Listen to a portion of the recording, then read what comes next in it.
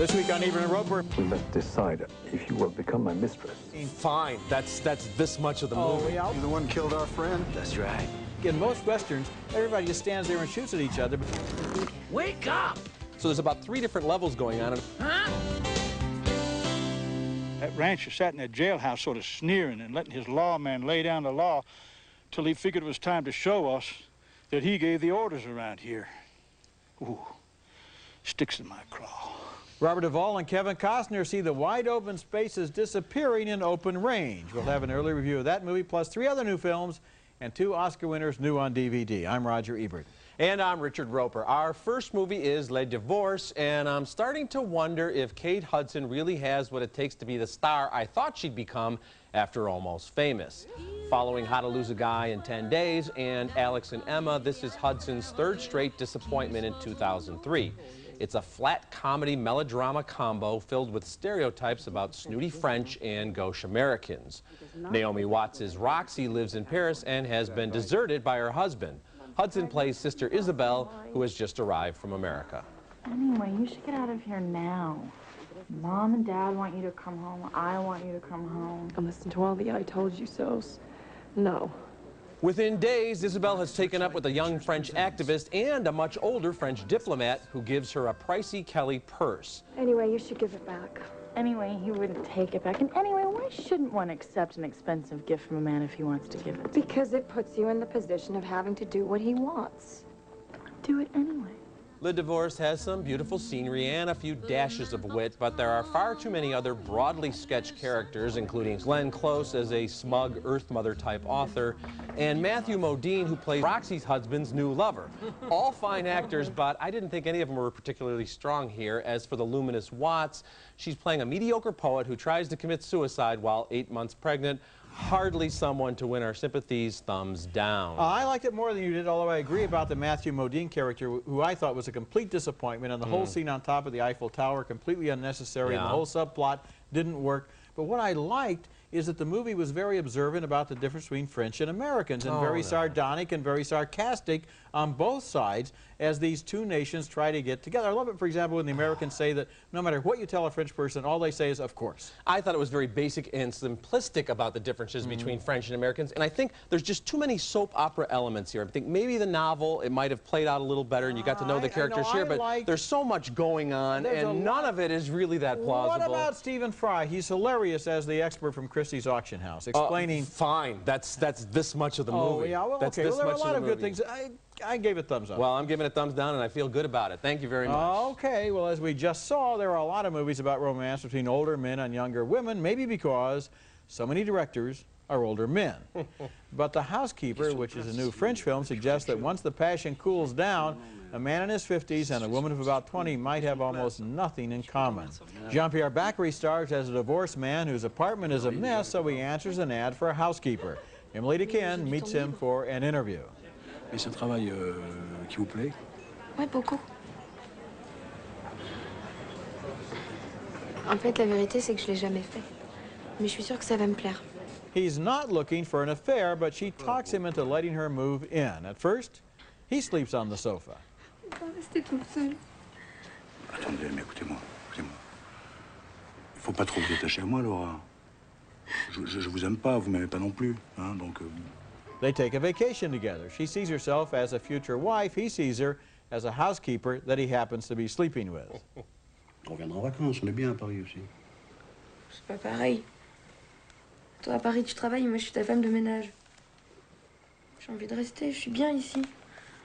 She likes to dance all night to loud music. He likes to get home early. On vacation, he watches her playing volleyball on the beach with people her own age and becomes very aware of his age. The Housekeeper creates an observant, sympathetic portrait of the way the young woman gets temporary emotional control over this older man. Emily DeKin isn't your routine French sex pot, but a talented 22-year-old who won as Best Actress in Cannes in 1999.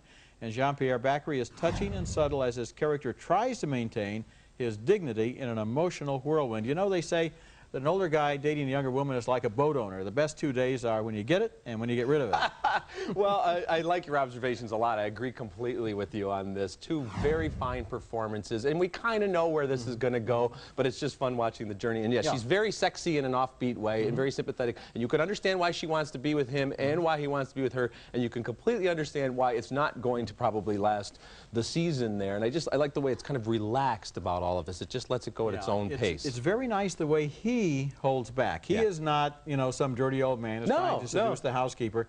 But once he is seduced, he's in for a lot more than he counted on, and she's not really in there for the long term. Absolutely. Yeah. Okay, coming up next, our Thumbs Up video features two of the big winners from last year's Academy Awards.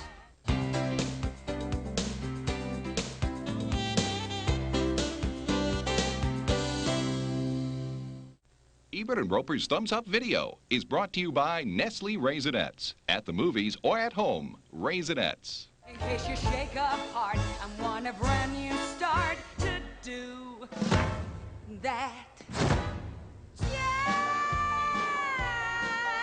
This year's Oscar winner, Chicago, is new on DVD this week, and it opens our Thumbs Up video section. The first musical to win the Oscar since Oliver in 1968.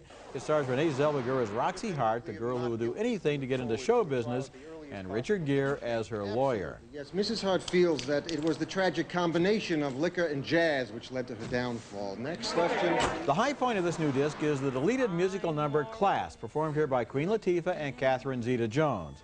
And even kids will kick your shins and give you sass. Kids will kick your shins and give you sass. Nobody's got no class. Also this week, new on DVD, I'm recommending the remarkable Hollywood documentary The Kid Stays in the Picture.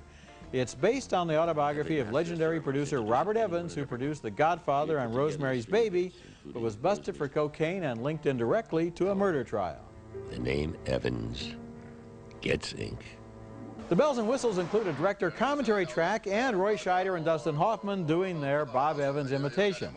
Well, you know, I'd like to take you and Elsa to lunch tomorrow. Okay. If you promise not to eat with your fingers. Well, I'll try. Okay. I was wondering why there's no commentary track by Evans, but he narrates the movie, so I guess, in a way, there is. Okay, also new on DVD is Michael Moore's controversial Academy Award-winning documentary, Bowling for Columbine. It's not really a traditional documentary so much as a scathing and poignant piece of performance art, with Moore as the rabble-rousing liberal for life who loves his country but hates its culture of violence. Wow. Sweet. Well, here's my first question. Do you think it's a little dangerous handing out guns in a bank? The DVD extras include Moore in a backyard in Michigan talking about his infamous Oscar acceptance speech. I'm Michael Moore. What else was I going to do? And one of my favorite non-traditional musicals is now on DVD. Director-choreographer Bob Fosse was a prime force in such works as Damn Yankees, Cabaret, Sweet Charity, and the original stage production of Chicago, and he told his own story in the Fellini-esque All That Jazz. The 1979 film received multiple Oscar nominations, including a Best Actor nod for Roy Scheider as Joe Gideon, a hard-smoking, pill-popping, egomaniacal Broadway genius.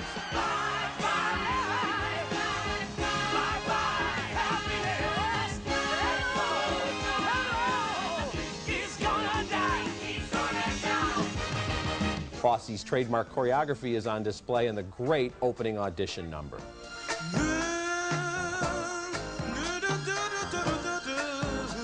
The DVD also includes some all-too-brief glimpses of the real late Bob Fosse at work.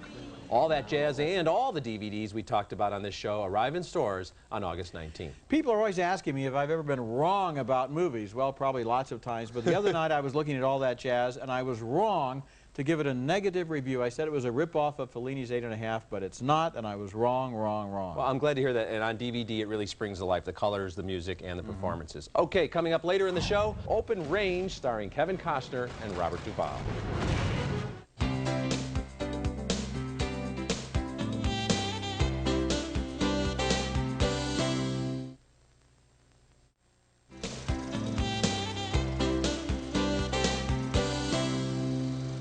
If you like hard work, long hours, and getting dirty for low pay, I got an opening on my SWAT team. I don't mind that at all. S.W.A.T is unique among recent action thrillers because it bothers to create characters, it has a plot, and the action is more or less plausible. We gave it 2 thumbs up last week. It opens this weekend, and it's a return to traditional movie craftsmanship after too many movies where special effects replace human beings. Samuel L. Jackson and Colin Farrell co-star as SWAT officers, and the movie sticks to its story and takes time to develop its characters, and so it's a lot more exciting and involving than mindless, non-stop action.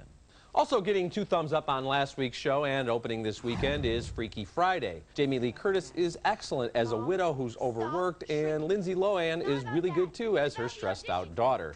A fortune cookie curse has them trading spaces. This isn't mine? Those aren't mine. That's definitely not mine.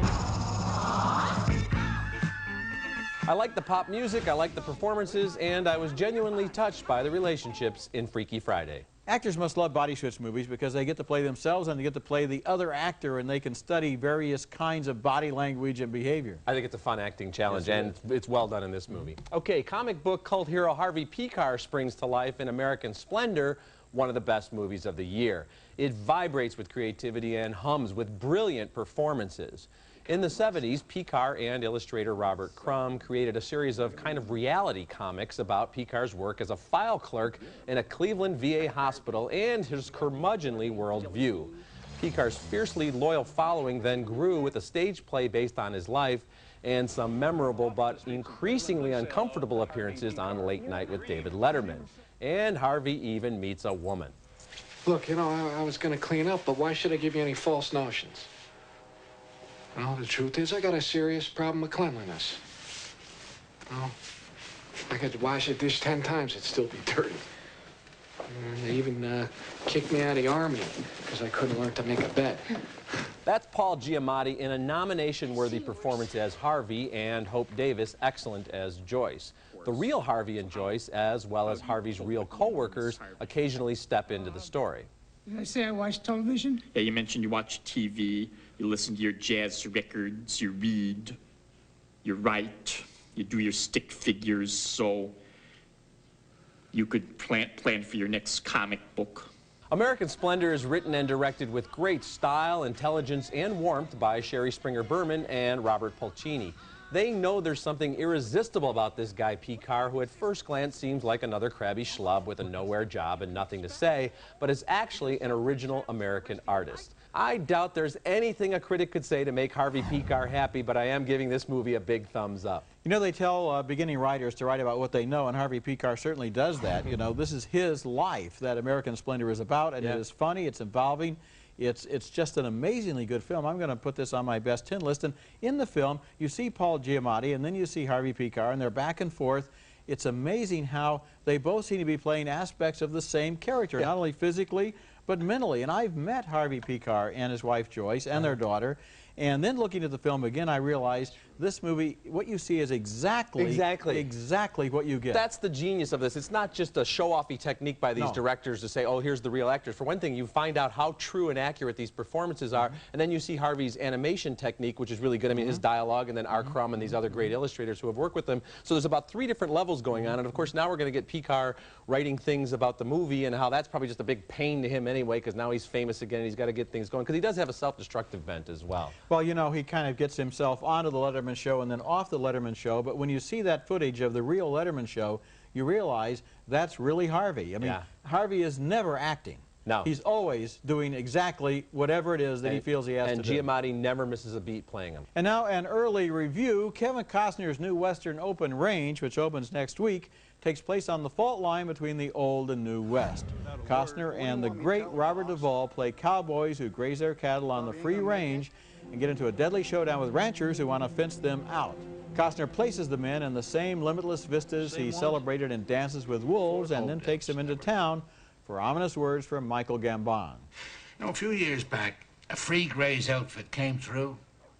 One night, the cattle got stampeded, the wagons caught on fire, and one of those boys was shot off his horse in the middle of it all.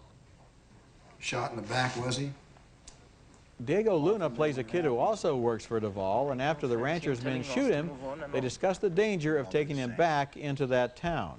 You think they'll just let you waltz in there pretty as you please and waltz out again? Don't figure into it. Boss Button deserves every chance we can give him.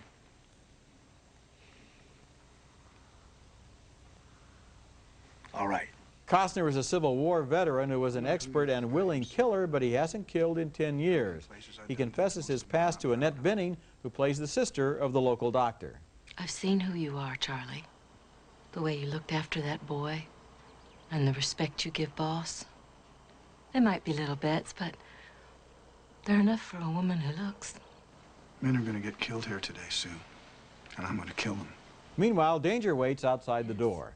Costner, as director, shows a sure hand for the scenes of conflict and violence, and he benefits from another wonderful Robert Duvall performance as a man would rather risk his life than do something he feels wrong about. The film's weak point is in Costner's romance with the Annette Bening character, because it's hard to imagine her falling in love more or less at first sight with this rough man who's about to be in a gunfight. And at the end, there's the strange feeling that they have two farewell scenes when one would have been enough. But the movie works as a glorious traditional Western epic, and thumbs up for me. Thumbs up for me, too. There are two genres in which Kevin Costner really excels: baseball movies and Westerns. Open Range doesn't have the epic, self-important weight of Dances with Wolves, but that makes for a more entertaining ride. I think this is one of the finest Westerns since Unforgiven. Costner is outstanding as he taps into his darker nuances to play the gunslinger trying to forget his past. And as that crusty mentor with a perpetual twinkle, Robert Duvall has a juicy, tailor-made role ripe for a Best Supporting Actor nomination. We got a warrant sworn for attempted murder for them that tried to kill the boy who's laying over there at the docks trying to stay alive. Swore out another one for them that murdered the big fellow you had in your cell. Only ours ain't writ by no tin star bought and paid for, Marshal. It's writ by us. And we aim to enforce it. Open Range spends more time in town than on the plains, but you do get those breathtaking vistas, and you understand why Charlie and Boss have spent their entire adult lives sleeping under the stars. You reckon them cows were getting killed over? Well, cows is one thing, but one man telling another man where he can go in this country is something else. Open Range walks a bit too much in the footprints of High Noon and Gunfight at the OK Corral, but it is a worthy tribute. As a director, Costner has the confidence to take his time to establish these characters before plunging them into a violent quagmire. And I really admired the authenticity of the final gun battle. It's not clean and choreographed. Men stumble, men shoot and miss, men get shot in the back. Men die in messy ways. It's jarring and disturbing and unforgettable. Oh, yes, it is. And there's that wonderful scene where Costner, who has been in the war and has shot people and has been under fire, explains to Duvall the strategy is likely to be from the other side. And he reads those guys and he says, this guy is going to freeze. Yeah. This guy is going to hesitate to shoot. He goes right down the line. You think in most Westerns, everybody just stands there and shoots at each other, but he realizes each person in a situation like that is going to behave differently, and if they understand that, they can win. I think it's beautifully done. Yes, it is. Okay, coming up next, is Gigli the worst film of all time, or is it merely a bad movie? Visit our website at ebertandroper.tv or at movies.com.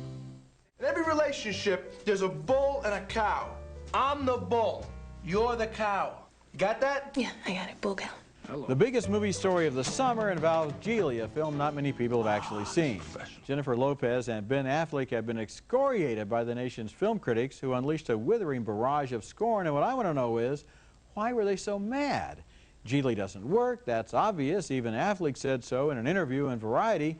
But it's an ambitious movie that tries to do something new. Instead of being a routine romantic potboiler, it surprises us by making Lopez a lesbian, letting the two of them talk frankly about their sexual identities. J.Lo and Affleck took a chance, and the critics slapped them down, but the movie is quirky and offbeat and never boring, and it can't possibly be the worst film in any year where we're still waiting for the brown bunny. Well, I can tell you why we're so mad, many of my fellow critics, is because we had to sit through this garbage, and yeah, they tried to do something different, but they failed so spectacularly and so miserably, and in such, I think, a condescending and smug and arrogant way, where J.Lo has the camera focusing on her while she's doing her yoga position, so we can see she's in great shape, and Affleck is doing this cheap Jersey accent. Roger, it's an awful film. You know, it's frequently the case in movies that the camera focuses on actresses so that we can see that they're in good condition. They made a bad movie. They did not commit a crime. Well, they committed a cinematic crime, and I find them guilty. Okay, looking ahead to next week's show, we'll review Jackie Chan in The Medallion. Sorry. Now, just a personal word. I'm not going to get to go to the Telluride and Toronto film festivals this year because I have to stay in Chicago for a series of radiation treatments on a tumor of the salivary gland. This is a follow-up to my surgery last February. I'll still be seeing movies, though, working full-time, writing reviews, and doing the show. Okay, recapping this week's movies, we split on Le Divorce, 2 thumbs up for The Housekeeper, 2 thumbs way up for American Splendor, 2 thumbs up for Open Range. It opens next week. And don't forget, also opening this week, 2 thumbs up for S.W.A.T. and 2 thumbs up for Freaky Friday. Remember, you can hear all our recent reviews at ebertandroeper.tv or at movies.com and read us in print at suntimes.com. And until next week, the balcony is closed. You know, I thought Le Divorce was so simplistic in the French-American differences, it could have been edited by George Bush. Differences between nations are always simplistic. When you get deep, we're all the same. Oh, come on. They could have done a better job of showing these two cultures getting together. Well, they do a great job of showing the very...